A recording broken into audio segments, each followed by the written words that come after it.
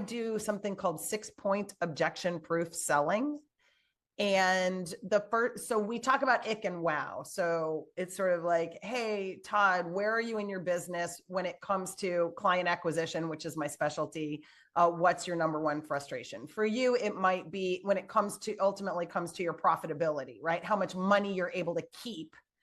When it comes to how much money you're actually keeping for all the work you're doing, what is your biggest frustration? And then they'll start talking to you about the leaks.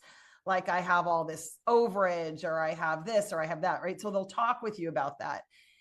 Then you can ask what they wish it would look like. It's like, hey, in an ideal world, what does it look like? So if we solved all of that stuff, if we could mitigate that, what would it look like, and who would that impact, and what would be the difference? What do you imagine would be the difference for your life, for your business, for your family, for your employees, for your dog, whatever, right? Your philanthropic efforts. So you really dig into like, where is the impact of solving these problems? And what that really does for people is it links them the solution, like the need to solve it, to something more meaningful than just making money, right? Well, what about the impact we were going to make together? Well, what about the impact? What about retiring your wife?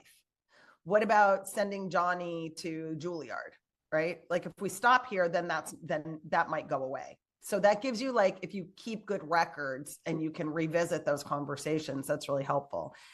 The third point in the 6-point selling is to ask people what they've tried. So what have you tried already? And what kind of help or support have you gotten already? And I get them talking about, if it's a business owner, like an HVAC guy or whatever, I'm talking like, what has your accountant told you? What has your attorney told you? What has your insurance guy told you? Like, all those professionals that are supposedly backing you up, are they giving you good advice? No. Okay, well, so then you kind of know they're not really asking, maybe they're not asking the right questions. Maybe they're not getting what they need. And then you just ask them, if you were going to ask for help, what would feel like help for you? And in that regard, I'm looking for, what kind of done for you services do they need that they don't have? What kind of done with you services do they need? Meaning, where do they need a mentor or a guide to walk them down a path?